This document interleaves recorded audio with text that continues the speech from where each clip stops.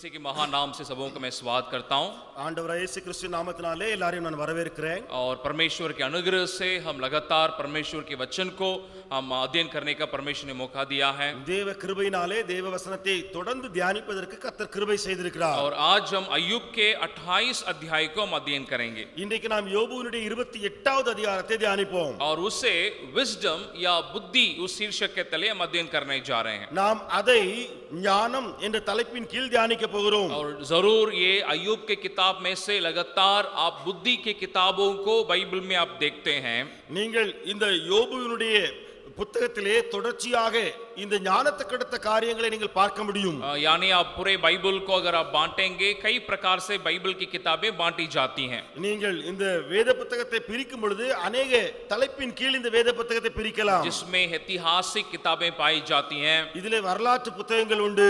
और वैसे ही भविष्यवाणी की किताबें पाई जाती हैं அப்படியே தீர்க்க தரிசன புத்தகங்கள் உண்டு. सुसमाचार की किताबें पाई जाती हैं சுவிசேஷ புத்தகங்கள் உண்டு. और प्रेरितों की पत्रियों की बाग पाई जाती हैं அப்படியே அப்போஸ்தலருடைய நிருபங்கள் உண்டு. और वैसे बाइबल में द बुक्स ऑफ विजडम या बुद्धि की किताबें भी पाई जाती हैं அப்படியே வேதாகமத்திலே புத்தகங்கள் ஞானத்தை விளக்குகிற புத்தகங்களும் உண்டு. और उनमें से अय्यूब का किताब भी एक है அதிலே ஒன்று யோபுவின் புத்தகம். और अय्यूब की किताब में से खास तौर से हम उस बुद्धि और समझ को पाने की कई बातों को हम सीख सकते हैं நாம் இந்த யோபுவின் புத்தகத்திலிருந்து விசேஷமாக ஞானம் அல்லது அந்த புரிந்து கொள்ளுதலை பெரியக்கூடிய காரியங்களை பார்க்க முடியும். और जैसे हम लगातार अय्यूब के किताब में से कई बातों को हम जान रहे हैं நாம் தொடர்ந்து யோபுவின் புத்தகத்திலிருந்து अनेक காரியங்களை பார்த்து வருகிறோம். उसमें एक और सच्चाई जो उभर के आती है அதிலே இன்னொரு உண்மை வெளிவருகிறது कि मनुष्य परमेश्वर के बुद्धि परमेश्वर के समझ के अनुसार वो सही रीति से कार्य नहीं कर सकता है மனிதன் அந்த தேவனுடைய ஞானத்தின் அடிப்படையிலே கிரியை செய்ய முடியாமல் இருக்கிறான்.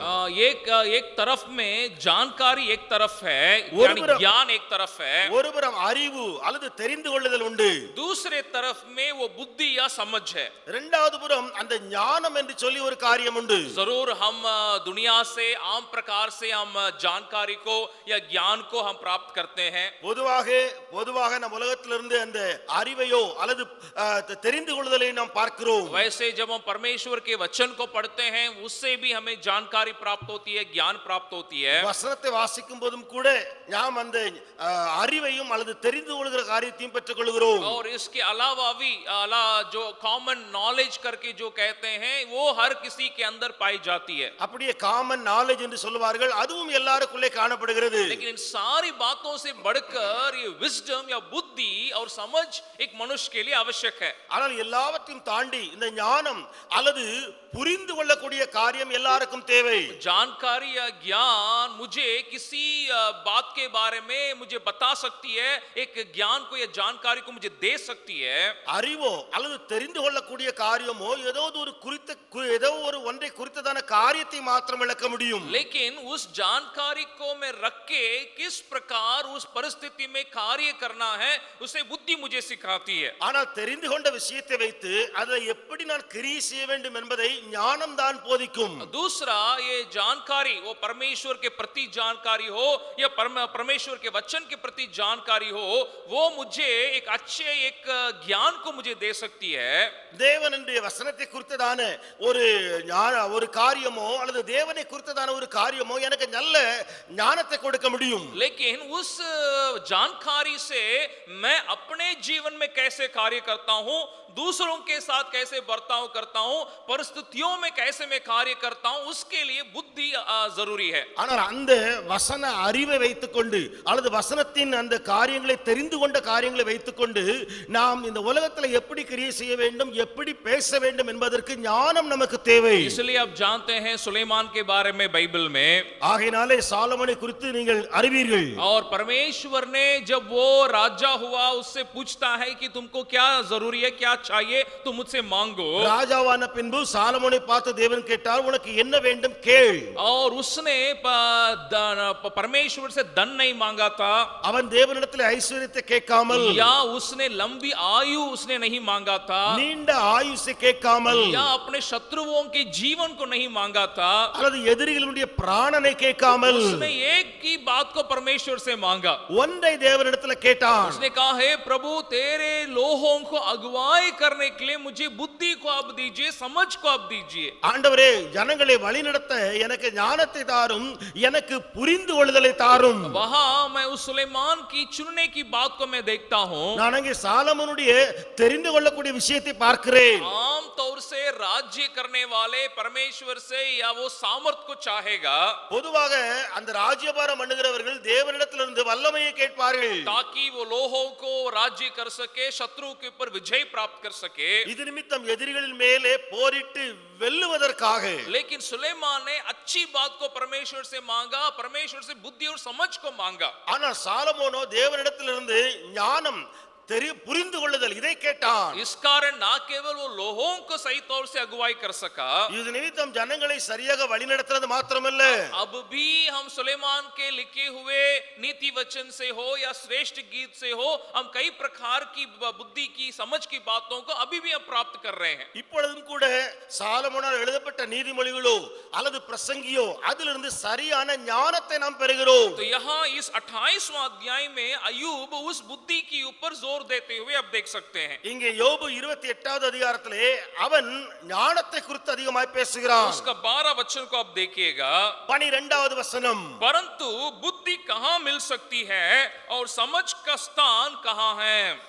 ஆனாலும் ஞானம் கண்டெடுக்கப்படுவது எங்கே, புத்தி விளைகிற இடம் எங்கே? तो यहाँ एक सवाल को अय्यूब रख रहा है कि ये बुद्धि को हम कहाँ से पा सकते हैं, समझ को कहाँ से हम पा सकते हैं। இங்கே யோபு ஒரு கேள்வியோடு வருகிறான். ஞானம் எங்கே நாம் பெற முடியும், புத்தி விளைகிற இடம் எது? और इसको कहने का दो कारण है। இதை சொல்ல வருவதின் ரெண்டு காரணம் உண்டு. एक, उसके मित्र उसके पीड़ा में, क्लेश में जो बातों को उनसे जो बता रहे थे, ஒன்று அவனுடைய சிநேகிதர்கள் யோபுவின் உபத்திரவத்திலே காரியங்களை பேசினார்களே, वे जरूर जानकारी के तले उन बातों को पेश करने के बावजूद, அவர்கள் தெரிந்து கொண்ட விஷயத்தை வைத்து காரியங்களை சொன்னபோதும், वे बुद्धि और समझ के बिना बोलने के कारण उनकी बातें अय्यूब के जीवन में कोई लाभ की न रहा। ஞானம் இல்லாமல் புரிந்து கொள்ளாமல் காரியங்கள் பேசப்பட்டதனாலே யோபுவின் வாழ்க்கையிலே ஒரு பிரயோஜனமும் இல்லை. इस बात को मन में रखते हुए यहाँ पे अय्यूब इस सवाल को कर रहा है। இந்த காரியத்தை மனதில் வைத்து யோபு இந்த கேள்வியை கேட்கிறான். दूसरा, इसी अध्याय में एक और बात को भी वो कहता है। இரண்டாவது இதே அதிகாரத்தில் இன்னொரு காரியத்தையும் சொல்லுகிறான். उसका 1 से लेकर 6 तक के वचनों को जब हम पढ़ते हैं, 1 முதல் 6 வசனங்கள் வரை வாசித்தால், या 9 से लेकर 11 तक के वचनों को पढ़ते हैं, அல்லது 9 இலிருந்து 11 வரை வாசித்தால், मनुष्य संसार के बहुमूल्य जो चीजों को खोजता है, उन बातों के बारे में वो कहता है। மனிதன் இந்த உலகத்திலே விலை மதிப்பற்ற அதிக விலையுள்ள காரியங்களை தேடுகிறான் என்பதை சொல்லுகிறான். और उसका पहला वचन को देखिएगा। 1ஆம் வசனத்தை பாருங்கள். चांदी की खानी तो होती है और सोने के लिए भी स्थान होता है जहां लोग थाते हैं। வெள்ளிக்கு விளைவிடம் உண்டு, பொன்னுக்கும் புடமிடும் ஸ்தலமும் உண்டு. और तीसरा वचन को देखिएगा।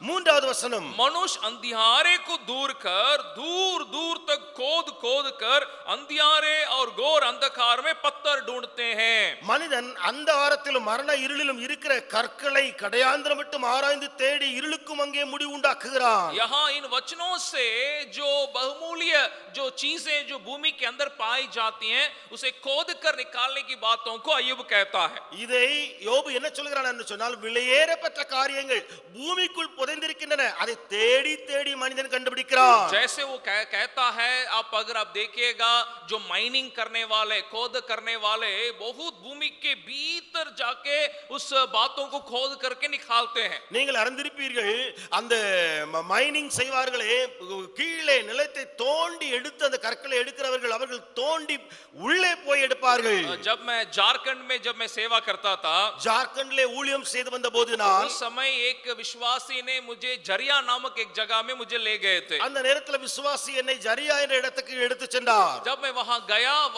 वहां पे जो माइनिंग के एक अंडरग्राउंड माइनिंग के पास मुझे ले गए थे। அப்பொழுது அந்த மைனிங் செய்வார்களே அந்த அண்டர்கிரவுண்ட் மைனிங்க்கு என்னை கொண்டு சென்றார்கள். और पूरे दुनिया में सबसे गहरा यानी सेकंड प्लेस में सबसे गहरा माइन के अंतर्गत में मुझे ले गए थे। அதாவது இந்த உலகத்திலேயே இரண்டாவது ஆழமான இடத்திலே எடுக்கப்படுகிற அந்த நிலக்கரி அல்லது மைனிங் இருக்கிறதே அதற்கு என்னை அழைத்து சென்றார். उस शाफ्ट में से हम लोग जमीन के नीचे जाते रहे।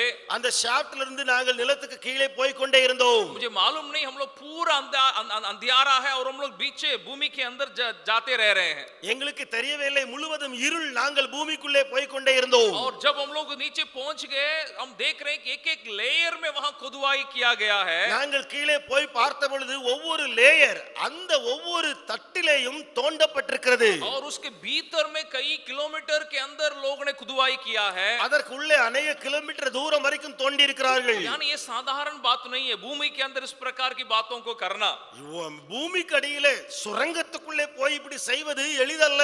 और वर्ल्ड सेकंड डीपेस्ट माइन वो यहाँ जरिया में झारखंड में पाई जाती है।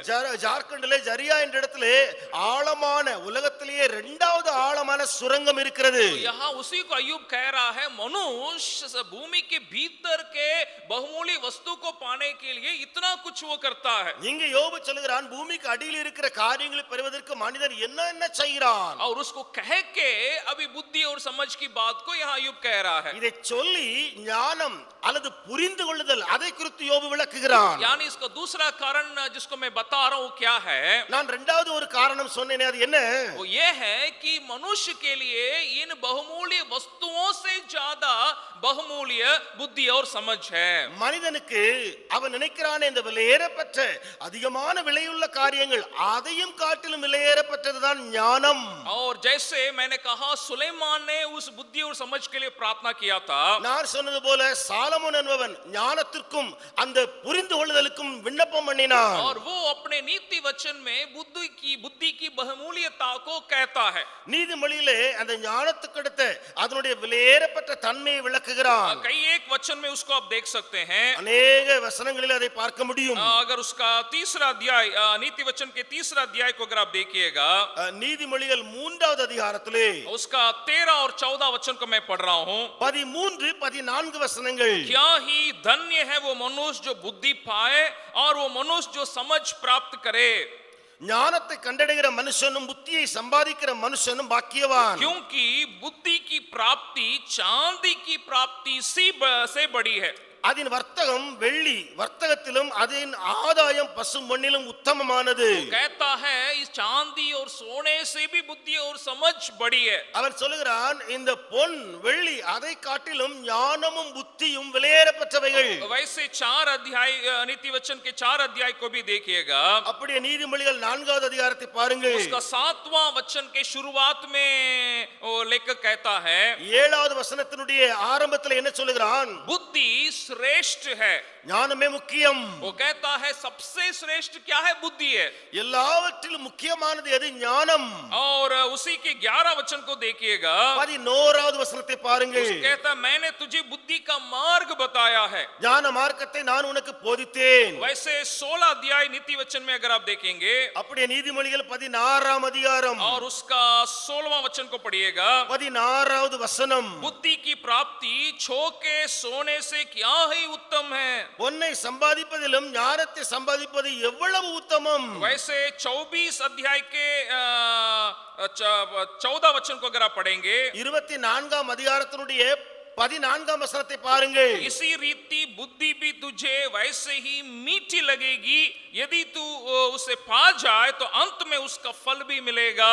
அப்படியே ஞானத்தை அறிந்து கொள்வது உன் ஆத்மாவுக்கு இன்பமாயிருக்கும், அதை பெற்றுக்கொண்டால் அது முடிவில் உதவும், உன் நம்பிக்கை வீண் போகாது. लगातार सुलेमान अपने नीति वचन में बुद्धि और समझ की बहुमूल्यता को बताता है। தொடர்ந்து இந்த சாலமோன் என்பவன் இந்த ஞானம் புத்தி கெடுத்த விலையேறப்பட்ட தன்மையை விளக்குகிறான். इसलिए जैसे मैंने कहा सिर्फ जानकारी नहीं, हमें उस परमेश्वर की बुद्धि और समझ की जरूरी है। நான் சொன்னது போல நமக்கு தெரிந்து கொள்கிறது மாத்திரம் தேவையில்லை, அறிவு மாத்திரம் தேவையில்லை, ஞானமும் புத்தி புத்தியும் தேவை. लेकिन इसलिए 28वां अध्याय अय्यूब के 28 अध्याय में बुद्धि के बारे में कई बातों को अय्यूब भी सिखाता है। ஆகையினால யோபு 28வது அதிகாரத்திலே இந்த புத்தி கெடுத்த अनेक காரியங்களை யோபு சொல்லுகிறான். पहले विषय को 15 से लेकर 17 तक के वचनों में आप देख सकते हैं। முதலாவது குறிப்பை 15ஆம் வசனத்திலிருந்து 17 வரை பார்க்கலாம். उस 15 वचन को मैं पढ़ रहा हूं। 15 வாசிக்கிறேன். चौके सोने से वो मोल लिया नहीं जाता, न उसके दाम के लिए चांदी तौली जाती है। அதற்கு ஈடாக தங்கத்தை கொடுக்கவும் அதற்கு கிரயமாக வெள்ளியை நிறுக்கவும் கூடாது. तो यहाँ अय्यूब कह रहा है आप बुद्धि को ना तो सोने से चांदी से कोई धन से आप प्राप्त नहीं कर सकते। இங்கே யோபு சொல்கிறான் நீங்கள் அந்த ஞானத்தை ஒரு பொன்னினாலேயோ அல்லது வெள்ளியினாலேயோ நீங்கள் நிறுத்து வைத்து சமமாக்க முடியாது. यानी आप कहीं भी जाकर के आप उसको मोल नहीं सकते, उसको खरीद नहीं सकते। அர்த்தம் என்ன? எங்கேயும் போய் ஞானத்தையும் புத்தியையும் நீங்கள் கிரயமாய் விலை கொடுத்து வாங்க முடியாது. उसी को पहले विषय में आप देख सकते हैं। அதைத்தான் நீங்கள் முதல் குறிப்பிலே பார்க்கிறீர்கள். धन और दौलत से बुद्धि नहीं खरीदी जा सकती। செல்வமும் ஐஸ்வர்யமும் ஞானத்தை வாங்க முடியாது. और दूसरी एक बात को अय्यूब कह रहा है, இரண்டாவது ஒரு காரியத்தை யோபு சொல்லுகிறார், जिससे आप 13 वचन में आप पढ़ सकते हैं। 13ஆம் வசனத்திலே பார்க்க முடியும். वैसे 20 से लेकर 23 तक के वचनों में भी पढ़ सकते हैं। அப்படியே 20 இருந்து 23 வரைக்கும் பார்க்க முடியும். 13 वचन को मैं पढ़ रहा हूं। उसका मोल मनुष्य को मालूम नहीं, जीवन लोक में वो कहीं नहीं मिलती। அதன் விலை மனுஷனுக்கு தெரியாது, அது ஜீவனுள்ளோருடைய தேசத்திலே அகப்படுகிறதில்லை.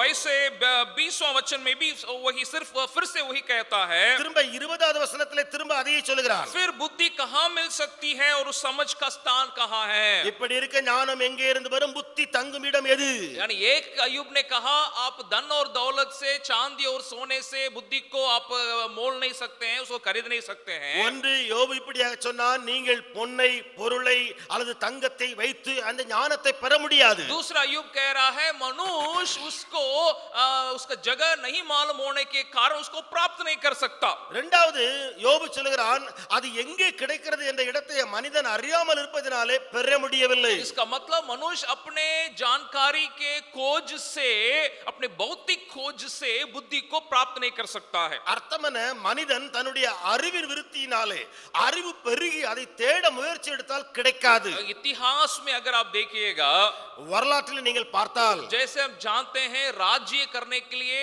राजा लोग सामर्थ्य को ही महत्वपूर्णता देते हैं। நாம் அறிந்திருக்கிறபடி ராஜாக்கள் ஆளுகை செய்வதற்கு வல்லமை பராக்கிரமம் தான் வேண்டும் என்று சொல்வார்கள். लेकिन इतिहास में यूनानी जो नागरिकता है, ग्रीक जो सिविलाइजेशन है, ஆனால் வரலாற்றிலே கிரேக்க அந்த நாகரிகம் இருக்கிறது. और वहां पे उन्होंने बुद्धि को महत्वपूर्णता देने के लिए शुरू किया था। அங்கே இருந்துதான் அவர்கள் அந்த புத்திக்கு முக்கிய இடம் கொடுக்க ஆரம்பித்தார்கள். आप जानते होंगे प्लेटो, सोक्रेटिस, अरिस्टोटल नामक फिलोसोफर्स के बारे में शायद आप सुने होंगे। நீங்கள் இந்த பிளேட்டோ, அரிஸ்டாட்டில், சாக்ரட்டிஸ் என்ற பிலாசபர்ஸ் இருக்கிறார்களே, அவர்களை குறித்து கேள்விப்பட்டிருப்பீர்கள். ये बुद्धिमान लोग क्या किए, उन समय के राजाओं को उन्होंने सिखाया कैसे राज्य को करना है। இந்த புத்தி உள்ளவர்கள் என்ன செய்தார்கள்? அந்த ராஜாக்களுக்கு கற்றுக் கொடுத்தார்கள் எப்படி ராஜ்யபாரம் பண்ண வேண்டும். जरूर वे बुद्धिमान, संसार की दृष्टि में बुद्धिमान जरूर रहे। அவர்கள் உலகத்தின் பார்வையிலே ஞானவான்களாய் தென்பட்டாலும், लेकिन उनका खोज उस सही बुद्धि को उनको नहीं दे पाया। ஆனால் அவருடைய தேடுகிற அந்த காரியம் இருக்கிறதே சரியான ஞானத்தை பெற்று தரவில்லை. और सोक्रेटिस उन बातों को करने के खोजने के बावजूद लोगों ने उनको मार भी डाल दिया। சாக்ரட்டிஸ் அந்த காரியங்களை தேட ஆரம்பித்த பின்பும் கூட ஜனங்கள் அவனை கொன்றே போட்டார்கள். और वे बुद्धि को जरूर वे खोजे, அவர் ஞானத்தை தேடினார்தான், लेकिन परमेश्वर के बिना वे उस बुद्धि को खोजने लगे। ஆனால் தேவனை விட்டு விட்டு ஞானத்தை தேடினார். इस कारण क्या हो गया, उनका उस यूनानी नागरिक का हालत क्या हो गया? இது நிமித்தம் அந்த கிரேக்க கலாச்சாரத்தில் நடந்தது என்ன? वे इस खोज के बाद उनकी हालत और भी बिगड़ गई। இந்த தேடுதலுக்கு பின்பதாக அவருடைய நிலைமை இன்னும் மோசமாயிருது. दुनिया में सबसे ज्यादा मूर्ति पूजा में वो चले गए। இந்த உலகத்தில் அதிகமாய் விக்கிரக வணக்கத்துக்கு அவர் போனார். इसका मतलब यह अय्यूब जो बात को कह रहा है वो एकदम सच्चाई को वो कह रहा है. இங்கே யோபு சொல்கிறது மிக முக்கியமான உண்மை. मनुष्य अपने भौतिक ज्ञान से उस बुद्धि को खोज नहीं कर सकता. மனிதன் தன்னுடைய அதிக அறிவினாலே புத்தியை தேட முடியாது. तो बुद्धि कहां से प्राप्त होती है? அப்படி என்றால் இந்த புத்தி எங்கே இருந்து வருகிறது? उसी को आप 23 से लेकर 27 तक के वचनों में आप पढ़ सकते हैं. அதைத்தான் நீங்கள் 23 இருந்து 27 வரை வாசிக்க முடியும். 23वां वचन को मैं पढ़ रहा हूं. 23 நான் வாசிக்கிறேன். परंतु परमेश्वर उसका मार्ग समझता है और उसका स्थान उसको मालूम है. தேவனோ அதன் வழியை அறிவார், அதன் ஸ்தானம் அவருக்கே தெரியும். इसलिए उसका तीसरे विषय में मैंने इस प्रकार लिखा है. ஆகையாலே மூன்றாவது குறிப்பில் இப்படியாக இட்டிருக்கிறேன். Source of wisdom is God. बुद्धि का स्रोत परमेश्वर है. ஞானத்தின் ஆதாரம் தேவனே. तो यहाँ पे अय्यूब कहता है ये बुद्धि एक सोना और चांदी से मोल नहीं लिया जा सकता. இங்கே யோபு சொன்னான், அந்த ஞானத்தை பொன்னினாலும் தங்கத்தினாலும் விலை கொடுத்து வாங்க முடியாது. या मनुष्य अपने भौतिक खोज से, जानकारी की खोज से उसे प्राप्त नहीं कर सकता है. அல்லது மனிதன் தன்னுடைய அறிவை வைத்து தேடி கண்டுபிடிக்க முடியாது. क्योंकि ये बुद्धि परमेश्वर से है, वही उसका स्रोत है. ஏனென்றால் இந்த ஞானம் தேவனுக்குரியது, அவரே அதனுடைய ஆதாரம். इसका मतलब हम जब तक हम अपने को उस परमेश्वर को जानने के लिए अपने को नहीं सौंपेंगे, அர்த்தம் என்ன, நம்மை தேவனை அறிய ஒப்பு கொடுக்காத போது और तब तक हम उस बुद्धि में हम नहीं आ सकते. அது வரைக்கும் ஞானத்தை நாம் பெற முடியாது. और अभी इन बातों को कह के उस बुद्धि और समझ की एक महत्वपूर्ण बात को आगे वो कहता है. இப்பொழுது ஞானம் அந்த புத்தியினுடைய காரியத்தினுடைய மிக முக்கியமான காரியத்தை சொல்கிறான் பாருங்கள். जिसको आप इस अध्याय के आखिरी वचन में आप देख सकते இங்கே हैं. நீங்கள் இந்த அதிகாரத்தினுடைய கடைசி வசனத்திலே பார்க்க முடியும். मैं उसको पढ़ रहा हूं. 28वां वचन को मैं पढ़ रहा हूं. 28வது வசனத்தை நான் வாசிக்கிறேன். तब उसने मनुष्य से कहा, देख, प्रभु का भय मानना यही बुद्धि है और बुराई से दूर रहना यही समझ है. மனுஷனை நோக்கி, இதோ ஆண்டவருக்கு பயப்படுவதே ஞானம், பொல்லாப்பை விட்டு விலகுவதே புத்தி என்று சொன்னான். उस बात में जाने के पहले उस 28वां अध्याय में एक वचन के ऊपर मैं जोर देना चाहूंगा. இதை சொல்வதற்கு முன்பதாக 28வது அதிகாரத்தில் ஒரு வசனத்தை கொஞ்சம் நான் பேசுகிறேன். उस 28 वचन की शुरुआत को देखिए. 28வது வசனத்தின் ஆரம்பத்தை பாருங்கள். तब उसने मनुष्य से कहा. அப்பொழுது அவர் மனுஷனை நோக்கி. किसने किससे कहा? யார் யாரிடம்? परमेश्वर ने मनुष्य से कहा. தேவன் மனுஷனை நோக்கி. यहाँ अय्यूब उसमें एक बात को पहचान लेता है. இங்கு யோபு ஒரு காரியத்தை அறிந்து கொண்டான். मनुष्य उस बुद्धि को प्राप्त नहीं कर सकता, उसकी जगह को वो देख नहीं सकता, जान नहीं सकता. மனிதன் அந்த ஞானத்தினுடைய இடத்தையோ அல்லது அதை பெற்றுக்கொள்ள வழியை தேட முடியாது. उसका स्रोत परमेश्वर है அதனுடைய ஆதாரம் தேவனே. और वो मनुष्य को तब प्राप्त होती है அது எப்பொழுது அந்த மனிதனுக்கு கிடைக்கிறது? जब परमेश्वर उसे मनुष्य को प्रकट करता है. தேவனே மனிதனுக்கு வெளிப்படுத்தும் போதே. इसका मतलब जब हम परमेश्वर के पास जाते हैं, அர்த்தம் என்ன, நாம் தேவனண்டையிலே போகிறோம். हम किसके पास हम जा रहे हैं? யாரிடம் போகிறோம்? जो बुद्धि का स्रोत है. புத்தியினுடைய ஆதாரம். और वो क्या करता है? मनुष्य के लिए उस बुद्धि को प्रकट करता है. அவர் மனிதனுக்கு அந்த ஞானத்தை வெளிப்படுத்துகிறார். और उसी को मैं इस अध्याय में जोर देने के लिए चाहूंगा. அதைத்தான் இந்த அதிகாரத்திலே கொஞ்சம் அதிகமாய் பேச விரும்புகிறேன். बुद्धि परमेश्वर का प्रगटीकरण से में प्राप्त होती है. இந்த ஞானம் தேவனை நாம் தேவனுடைய வெளிப்படுகிற காரியத்தினாலே அல்லது அவர் வெளிப்படுத்தும் போது வருகிறது. अभी उस परमेश्वर उस 28 वचन में उसने क्या प्रकट किया, बुद्धि और समझ के बारे में क्या कहा. இப்பொழுது இந்த 28வது அதிகாரத்திலே தேவன் ஞானம் அல்லது புத்தியை வெளிப்படுத்த என்ன செய்திருக்கிறார்? परमेश्वर ने कहा, देखो, प्रभु का भय मानना यही बुद्धि है. தேவன் சொன்னார், ஆண்டவருக்கு பயப்படுவதே ஞானம், और बुराई से दूर रहना यही समझ है. பொல்லாப்பை விட்டு விலகுவதே புத்தி. तो यहाँ दो बातों को यहाँ परमेश्वर प्रकट कर रहा है. இங்க ரெண்டு காரியங்களை தேவன் வெளிப்படுத்துகிறார். बुद्धि और समझ क्या है? ஞானம் புத்தி என்றால் என்ன? बुद्धि का मतलब परमेश्वर का भय मानना. ஞானம் என்பது ஆண்டவருக்கு பயப்படுவது. और उसी को आप यहाँ 5वां विषय में आप देख सकते हैं. அதைத்தான் 5வது குறிப்பிலே பார்க்க முடியும். प्रभु का भय मानकर जीने के द्वारा हमारे जीवन को व्यवस्थित करना ही बुद्धि है। கர்த்தருக்கு பயந்து வாழ்வதன் மூலம் நம் ஜீவியத்தை சீர்படுத்துவதே ஞானம். और इस जैसे मैंने कहा इस बुद्धि का खोज संसार में सब कोई करते हैं। நான் சொன்னது போல ஞானத்தை தேடுகிறவர்கள் உலகத்தில் எல்லாரும் இருக்கிறார்கள். हमारे बाइबल में पहला मनुष्य जो थे आदम और हव्वा उन्होंने भी उसका खोज किया था। நம்முடைய வேதத்திலே ஆதாம் ஏவாள் அவர்களும் கூட தேடினார்கள். यानी पहले मनुष्य को जब शैतान आकर के बरमाया उसी बात को रख के ही उसने बरमाया। நாம் பார்க்கிறோம் அந்த சாத்தான் வந்து முதலாவது அவர்களை வஞ்சிக்கிற பொழுது அந்த காரியத்தை வைத்துதான் வஞ்சித்தான். उस वचन को थोड़ा देखिए उत्पत्ति का तीसरा अध्याय में அந்த வசனத்தை கொஞ்சம் பாருங்கள். ஆதியாகமம் 3வது அதிகாரத்திலே अभी शैतान मनुष्य को बरमाने के लिए हवा के पास वो आकर के उन बातों को कह रहा है। இப்பொழுது சாத்தான் மனிதரை வஞ்சிக்க ஏவாளிடம் போய் சொல்லுகிறான். अभी उसका 6 वचन को मैं पढ़ रहा हूं। 6வது वசனத்தை வாசிக்கிறேன். अतः जब स्त्री ने देखा कि उस वृक्ष का फल खाने के लिए अच्छा और देखने में मनभाऊ और बुद्धि देने के लिए चाहने योग्य भी है, तब उसने उसमें से तोड़कर खाया और अपने पति को भी दिया और उसने भी खाया। அப்பொழுது ஸ்திரியானவள் அந்த விருட்சம் புசிப்புக்கு நல்லதும் பார்வைக்கு இன்பமும் புத்தியை தெளிவிக்கிறதற்கு இச்சிக்கப்படத்தக்க விருட்சமாய் இருக்கிறது என்று கண்டு அதன் கனியை பறித்து புசித்து தன் புருஷனுக்கும் கொடுத்தால் அவனும் புசித்தான். तो यहाँ पे हवा उस कार्य को करने के लिए एक कारण को बताती है। இங்கே ஏவாள் அந்த காரியத்தை செய்வதற்கான காரணத்தை சொல்லுகிறாள். वो खाने के लिए अच्छा है, அது புசிப்பதற்கு நல்லதும் वो देखने में मनभाऊ है, பார்வைக்கு இன்பமும் उसे बढ़कर बुद्धि देने के लिए चाहने योग्य है। அதையும் தாண்டி புத்தியை தெளிவிக்கிறதற்கும் என்று போடப்பட்டிருக்கு. क्योंकि शैतान ने उनसे क्या कहा था? சாத்தான் சொன்னது என்ன? उस 5वां वचन के पिछले भाग को अगर आप देखिएगा 5ஆம் வசனத்துடைய பிற்பகுதியை பாருங்கள். उसी दिन तुम्हारी आंखें खुल जाएंगी और तुम भले बुरे का ज्ञान पाकर परमेश्वर के तुल्य हो जाओगे। அந்த நாளிலே உங்களுடைய கண்கள் திறக்கப்படும், நன்மை தீமை என்று நீங்கள் அறிந்து தேவனைகளைப் போல் இருப்பீர்கள். तो शैतान के बर्माहट में आके हवा क्या सोची, इसको खाने से मुझे बुद्धि मिल जाएगा। சாத்தானுடைய வஞ்சகத்துக்குள் வந்த ஏவாள் நினைத்தால் இதை சாப்பிடுவதனால எனக்கு புத்தி கிடைக்கும். ये संसार इसी बात को लोगों को पेश करता है உலகம் இந்த காரியத்தை தான் ஜனங்களுக்கு அடிக்கடி சொல்லுகிறது. और उसके खोज में या उसके पीछे जब लोग जाते हैं, அதற்கு பின்னாலே ஜனங்கள் போகும்போது जब वे सोचते हैं कि इसको करने से मुझे बुद्धि प्राप्त होगी, இதை செய்வதனால் எனக்கு ஞானம் உண்டாகும் என்று நினைக்கும் பொழுது आखिर में क्या होता है, वे बुद्धि नहीं प्राप्त होती है, वे और मूर्ख वे बन जाते हैं। கடைசியில் அவர்கள் ஞானத்தை பெறாமல் இன்னும் மூடராகிறார்கள். इसलिए उसका परिणाम क्या होता है?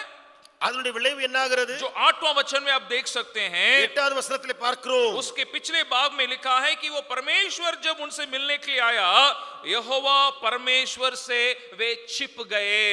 தேவன் அவர்களை சந்திக்க வரும் பொழுது கர்த்தருடைய சந்நிதிக்கு விலகி ஒளிந்து கொண்டார்கள். अभी उनको बुद्धि प्राप्त नहीं हुआ है, இப்பொழுது ஞானம் அவர்களுக்கு கிடைக்கவில்லை. वे ना केवल मूर्ख हो गए, அவர்கள் மூடர்கள் ஆனது மாத்திரமல்ல, वे परमेश्वर से दूर होके अपने को छिपा रहे हैं। தேவனை விட்டு விலகி தங்களை ஒளித்துக் கொண்டார்கள். इसलिए अय्यूब कह रहा है सही बुद्धि क्या है? ஆகையால யோபு சொல்கிறான் சரியான ஞானம் எது? परमेश्वर का भय मानना ही बुद्धि है। தேவனுக்கு பயப்படுவதே ஞானம். और हम जानते हैं कि अय्यूब के पहला और दूसरा अध्याय में उन वचनों को हम देखते हैं। இந்த வசனங்களை வாசிக்கிறோம் யோபு 1 2வது அதிகாரங்களிலே. उसको जरा आप देखिएगा, उसके पहले और दूसरे अध्याय में 1 2 அதிகாரத்திலே பாருங்கள். जहां परमेश्वर अय्यूब के बारे में कहता है, தேவன் யோபுவை குறித்து சொல்கிறார். एक अध्याय का 8वां वचन का पिछले भाग को मैं पढ़ रहा हूं। 1ஆம் அதிகாரத்தினுடைய 8வது வசனத்திலே பின்பகுதியை வாசிக்கிறேன். मेरा भय मानने वाला और बुराई से दूर रहने वाला मनुष्य और कोई नहीं है। எனக்கு பயப்படுகிற தீமையை விட்டு விலகுகிற மனுஷன் இவனை போல் இல்லை. वैसे दूसरा अध्याय का तीसरा वचन के पिछले भाग में भी उसी को देख सकते हैं। அப்படியே 2வது அதிகாரம் 3ஆம் வசனத்துடைய பின்பகுதியிலே பார்க்கிறோம். मेरा भय मानने वाला और बुराई से दूर रहने वाला मनुष्य और कोई नहीं है। தேவன் சொல்கிறார் எனக்கு பயப்படுகிற பொல்லாப்புக்கு விலகுகிற இவனை போல வேற மனுஷன் இல்லை. तो अभी उस अय्यूब अपने जीवन की बातों को यहाँ पे प्रकट कर रहा है जो परमेश्वर ने उसको अभी सिखाया।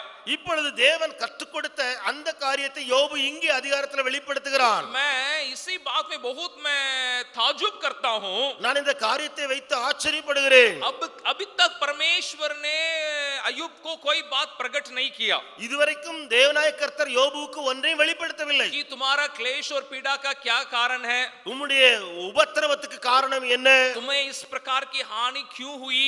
ஏன் இப்படி தீங்கு வந்தது. यहाँ तक कि बाइबल के अय्यूब के किताब के अंत तक उन कारणों को परमेश्वर अय्यूब को प्रकट करता ही नहीं है। யோபுவுடைய முழு அதிகாரங்களையும் வாசித்து பார்த்தால் தேவன் வெளிப்படுத்தவே இல்லை. लेकिन एक बात को परमेश्वर अय्यूब को प्रकट कर लेता है। ஆனால் ஒன்றை தேவன் வெளிப்படுத்தி விடுகிறார். अय्यूब तुम अपने क्लेश या पीड़ा या हानि का कारण को खोजने के लिए तुम ना रुको, उसकी अपेक्षा ना करो।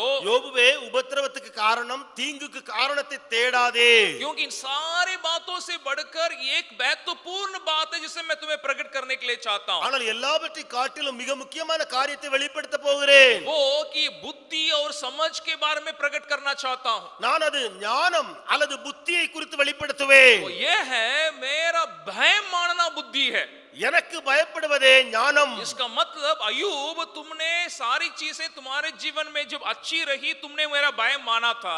யோபுவே நீ உன்னுடைய காரியங்களிலே எல்லாம் சரியா இருந்தது, அப்பொழுது எனக்கு பயப்படுகிறவன் மாத்திரமல்ல, तुमने बुराई से दूर रहा था நீ உண்மைதான் பொல்லாப்பை விட்டு விலகி இருந்தாய். लेकिन अभी क्लेश और पीड़ा में भी तुम उसी प्रकार रहना है। ஆனால் இப்பொழுது உபத்திரவ பாடுகளிலும் அப்படியே நீ இருக்க வேண்டும். तो इसका मतलब हमें बुद्धि कहां से हमें प्राप्त होती है। அர்த்தம் நமக்கு ஞானம் எங்கே இருந்து வரும், वो परमेश्वर से प्राप्त होती है। தேவனிடத்திலிருந்து வருகிறது. और जब मैं उस परमेश्वर का भय मानने का जीवन जीता हूं, எப்பொழுது நான் தேவனுக்கு பயப்படுகிற வாழ்க்கை வாழுகிறேனோ, इसका मतलब हमारे जीवन में उस परमेश्वर की बुद्धि और समझ के लिए हम ज्यादा में जगह देने की जरूरी है। அர்த்தம் என்ன, வாழ்க்கையிலே தேவனுடைய ஞானம் புத்திக்கு அதிகமாக நேரம் கொடுக்க வேண்டும். और वो एक तरफ में परमेश्वर के भय मानने की जीवन की ओर हमें अगुवाई करना है। ஒன்று அது எப்படி நம்மை வழிநடத்த வேண்டும், தேவனுக்கு பயப்படுகிற அந்த இடத்துக்கு நேராக அழைத்து செல்ல வேண்டும். दूसरा बुराई से दूर रहने की जगह में हमें रखना है। இரண்டாவது பொல்லாப்பை விட்டு விலகுற இடத்துல நம்ம வைக்க வேண்டும்.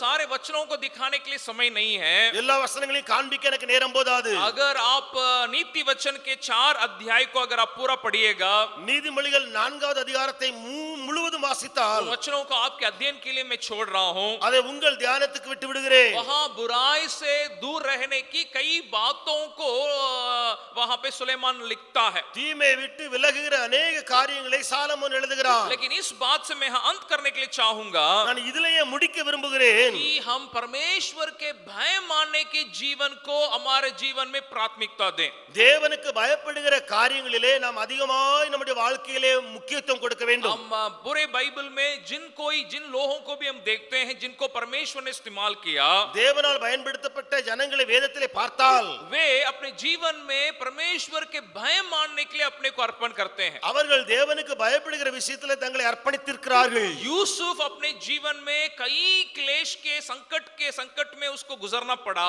யோசேப்புக்கு தன்னுடைய வாழ்க்கையிலே अनेक சங்கடங்கள் கஷ்டங்கள், लेकिन वो परमेश्वर का भय मानता रहा। ஆனால் அவனோ தேவனுக்கு பயந்து கொண்டிருந்தான். और एक सुंदर उदाहरण है यूसुफ। ஒரு அருமையான உதாரணம் யோசேப்பு. वो ये कहता है उस पाप करने के उस परीक्षा के जगह में मैं परमेश्वर के विरुद्ध में कैसे पाप करूंगा। அந்த பாவம் செய்யக்கூடிய அந்த சூழ்நிலை வரும்பொழுது அவன் சொல்லுகிறான், தேவனுக்கு விரோதமாய் இந்த பொல்லாப்பை நான் எப்படி செய்வேன். इसका मतलब परमेश्वर का भय मानने का जीवन का मतलब தேவனுக்கு பயப்படுகிற வாழ்க்கையினுடைய அர்த்தம் என்ன?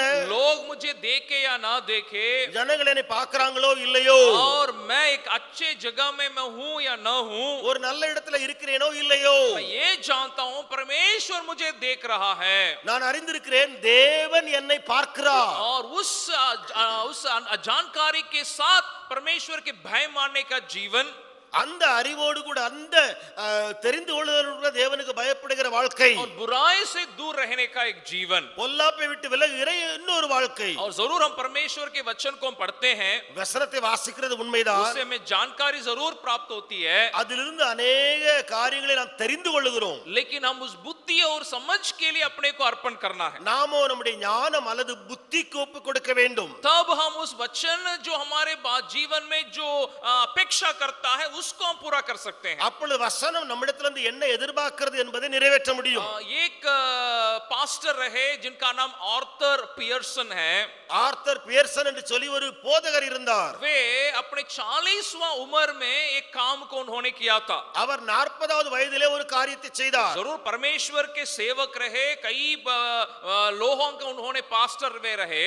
உண்மையிலேயே அவர் अनेகருக்கு ஊழியராய் இருந்தார், अनेகருக்கு அவர் ஊழியத்தை செய்தார். उनके 40वां साल में उन्होंने एक आत्मिक सभा में वे भाग लिए थे। ஒரு ஆவிக்குரிய கூட்டத்திலே அவர் கலந்து கொண்டார் 40வது வயதிலே. और उस आत्मिक सभा में परमेश्वर ने उनके साथ बातचीत किया था। அந்த ஆவிக்குரிய கூட்டத்திலே தேவன் அவரோடு கூட பேசினார். और परमेश्वर ने उनके जीवन से दो बातों को दिखाया था। தேவன் அவருடைய வாழ்க்கையிலிருந்து ரெண்டு காரியங்களை காண்பித்தார். परमेश्वर ने दिखाया कि तुम्हारे अंदर घमंड है। தேவன் சொன்னார் உனக்குள்ளே பெருமை உண்டு. दूसरा कि तुम्हारे अंदर लालच है। இரண்டாவது உனக்குள்ளே இச்சை இருக்கிறது, பேராசை இருக்கிறது. तुरंत उन्होंने परमेश्वर के वचन कार्य करने के लिए अपने को सौंप दिया। உடனே அவர் தேவ வசனம் தன்னிலே கிரியை செய்ய ஒப்பு கொடுத்தார். उन्होंने ये नहीं सोचा कि मैं बड़ा सेवक हूं, इतना साल में सेवा कर रहा हूं। அவர் இப்படி நினைக்கவில்லை, பெரிய ஊழியக்காரர் இவ்வளவு ஆண்டுகளாகி விட்டது என்று. उन्होंने तुरंत अपने कलीसिया में कुछ बदली को, कुछ बदलाव को उन्होंने लाया था। உடனே அவர் தன்னுடைய சபையிலே சில மாற்றங்களை கொண்டு வந்தார். उस समय तक वे उसके कलीसिया में कार्यों को वे करते थे। அந்த நேரம் வரைக்கும் அவர் சபையிலே ஊழியம் செய்து கொண்டே வந்தார். क्या कार्य करते थे? कोई भी आकर के कलीसिया में आना है या कुर्सी में बैठना है, யாராவது வந்தால் அல்லது அந்த இருக்கையிலே உட்கார வேண்டும் என்று சொன்னால் वे जो बैठने के स्थान के लिए उनको पैसा देना पड़ता है। அவருடைய சபையிலே உட்காருடைய இருக்கைக்கு அந்த இடத்திற்கு பணம் செலுத்த வேண்டும். उसको प्यू रेंट बोलते हैं। उस रेंट को सदस्यों को देना चाहिए। அந்த ரெண்ட் என்று சொல்வாங்களே, அந்த ரெண்டை, அந்த மெம்பர்ஷிப் என்று சொல்லி அதை கொடுக்க வேண்டும். इसका मतलब बहुत गरीब व्यक्ति उनके कलीसिया में आ ही नहीं सकता। இது நிமித்தம் மிக ஏழையான ஒரு மனிதன் சபைக்கு வர முடியாது. तो उस दिन परमेश्वर ने जब उनसे बात किया, அந்த நாளிலே தேவன் பேசினார். उस प्यू रेंट को उन्होंने हटा दिया। அந்த பியூ ரெண்டை அவர் நீக்கி போட்டார். इस कारण गरीब लोग भी उनके कलीसिया में आने लगे। இது நிமித்தம் ஏழையானவர்களும் சபைக்கு வந்தார்கள். अभी पैसा का लालच परमेश्वर जो दिखाया उसको भी वो अपने जीवन से हटाए। இப்பொழுது ஒரு பேராசை, பணாசை, அதையும் தேவன் நீக்கிவிட்டார். इस कारण क्या हो गया? वे कलीसिया में जो पैसे आया उससे वे मिशनरी सेवकाई को वे करने लगे। இது நிமித்தம் அவர் என்ன செய்தார்? பணம் வந்ததே அதை மிஷனரி ஊழியத்துக்கு கொடுத்தார். अब शायद अब सुने होंगे स्टूडेंट मिशनरी मूवमेंट करके अभी भी वो संसार भर में चलता है। ஸ்டூடண்ட்ஸ் மிஷனரி மூவ்மென்ட் என்று சொல்லி இன்றைக்கு உலகம் முழுவதும் பரவி இருக்கிற ஒரு ஊழியம். एक छात्रों के बीच में सेवा होता है और छात्रों के द्वारा मिशनरी कार्य होती है। மாணவர்களுக்கு மத்தியிலே ஊழியம் நடக்கிறது, அவர்கள் மூலமாக மிஷனரி ஊழியங்கள் பெருகுகிறது. उसके शुरुआत में परमेश्वर ने सेवक को परमेश्वर ने इस्तेमाल किया था। அவருடைய ஆரம்பத்திற்காக ஸ்தாபிக்க தேவன் இவரை பயன்படுத்தினார். उनके कब्रिस्तान को अगर आप देखिएगा, அவருடைய கல்லறையை பார்த்தால் बहुत एक रुचिदायक एक बात को वहां देख सकते हैं। அதிலே அருமையான விஷயம் இருக்கும். उसमें क्या होता है, क्या वहां पे किया गया है, एक उनके कब्रिस्तान के ऊपर खुला हुआ एक बाइबल का एक बातें वहां पे बनाई गई हैं। அதை கல்லறைக்கு மேலே பார்த்தால் ஒரு திறந்த வேதாகமம் போல ஒரு காரியம் உருவாக்கப்பட்டிருக்கிறது. और उसके ऊपर ग्लोब, जो संसार का जो है ग्लोब उसके ऊपर रखा गया है। அதற்கு மேலே அந்த உலக உருண்டை, அந்த படம் இருக்கிறதே, அது வைக்கப்பட்டிருக்கிறது. इसका कारण, दो कारण से वो चीजें वहां बनाई गई थी। இரண்டு காரணத்து நிமித்தம் இந்த காரியங்கள் பொருத்தப்பட்டன. मरने के पहले आर्थर पियर्सन ने इसको कहा था। மரிப்பதற்கு முன்பதாக இவர் அந்த காரியத்தை சொல்லிவிட்டார். एक ये खुला परमेश्वर का वचन मेरे जीवन में उसकी आज्ञा मानने को सिखाती है, इसलिए उसको रखने के लिए। இந்த திறந்த தேவனுடைய வசனம் இருக்கிறதே, நான் கீழ்ப்படிய எனக்கு கற்றுக் கொடுக்கிறது, ஆகையினாலே அப்படி செய்ய வேண்டும். दूसरा, जिस वचन को मैंने पाया उसको संसार भर में उसको सुनाना है, उस कर्तव्य को वो दर्शाता है। இரண்டாவது, நான் பெற்ற வசனத்தை உலகம் முழுவதும் அறிவிக்க வேண்டும் என்ற அந்த முக்கிய நோக்கத்தை வெளிப்படுத்துகிறது. तो इसी को उसके उनके कब्रिस्तान में हम देखते हैं। இவைகளை நீங்கள் கல்லறையிலே பார்க்க முடியும். इसका मतलब जब एक बुद्धिमान व्यक्ति जो परमेश्वर का भय मानता है, அதாவது ஒரு ஞானி அல்லது ஞானம் பெற்றவன் தேவனுக்கு பயப்படுகிற வேளையிலே वो ना केवल वचन से जानकारी प्राप्त करता है, வசனத்திலிருந்து அவன் அறிவை பெறுகிறது மாத்திரமல்ல, तुरंत उसके जो वचन उससे मांगता है उसको करने के लिए अपने जीवन को सौंप देता है। அந்த வசனம் இவனிடத்திலிருந்து என்னத்தெல்லாம் கேக்குதோ அதையே செய்வதற்கு ஒப்பு கொடுக்கிறார். இருக்கிறார். तो हम भी जरूर हम कई वचनों को हम पढ़ते हैं, हम सुनते हैं, நாமும் अनेक வசனங்களை கேட்கிறோம், நாம் அதை பார்க்கிறோம், வாசிக்கிறோம். लेकिन हम उस वचन हमारे अंदर कार्य करने के लिए हम अपने को सौंपने पाए। அந்த வசனம் நம்மைக்குள்ள கிரியை நடப்பிக்க நம்மை ஒப்புக் கொடுக்க வேண்டும். वही परमेश्वर का भय मानने का जीवन होगा। அதுதான் தேவனுக்கு பயப்படுகிற வாழ்வாயிருக்கும். मुझे अभी भी याद है एक मैं जब झारखंड में जब सेवा करता था, एक पास्टर चेन्नई से मुझे हमें वहां मीटिंग चलाने के लिए आते थे। எனக்கு ஞாபகம் இருக்கிறது, இன்றைக்கும் கூட நான் ஜார்க்கண்ட்ல ஊழியம் செய்தபோது சென்னையில இருந்து ஒரு மீட்டிங் நடத்துவதற்காக பாஸ்டர் ஒருவர் வந்திருந்தார் அங்கே. और वही कुछ साल के पहले यहाँ हमारे सिकरिया के एक फास्टिंग प्रेयर में भी उन्होंने वे आए थे प्रचार करने के लिए।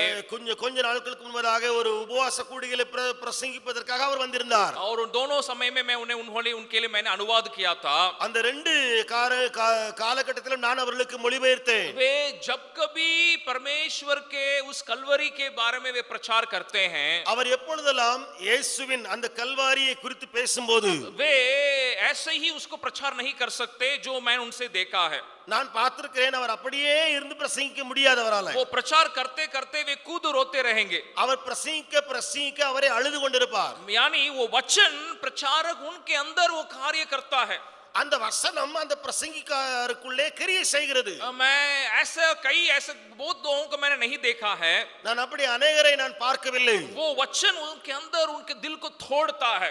அந்த வசனம் அவருடைய உள்ளத்தை உடைக்கிற காரியங்கள். इसको मैं क्यों कह रहा हूं? ஏன் சொல்லுகிறேன்? परमेश्वर का भय मानना वही है। தேவனுக்கு பயப்படுகிற காரியம் அதுவே. मैं हर वक्त मैं परमेश्वर के वचन में मैं जब जाता हूं, ஒவ்வொரு நேரமும் தேவ வசனத்துக்குள்ளே போகும்போது, या परमेश्वर के वचन को सुनता हूं, அல்லது வசனத்தை நான் கேட்கும்போது, या मैं अकेले में भी मैं रहता हूं, அல்லது தனியிலே நான் இருந்தாலும் சரி, परमेश्वर का भय मानने के लिए अपने को सौंपता, தேவனுக்கு பயப்பட என்னை ஒப்புக் கொடுக்க வேண்டும். बुराई से दूर रहने के लिए अपने को सौंपता हूं। தீமை விட்டு விலக என்னை நான் ஒப்புக் கொடுக்கிறது உண்டு. वैसे एक जीवन के लिए आइए हम अपने को अर्पण कर सके। அப்படிப்பட்ட வாழ்விற்காக நம்மை ஒப்புக் கொடுப்போமா? आइए हम प्रार्थना करें। நாம் ஜெபிக்கலாம்.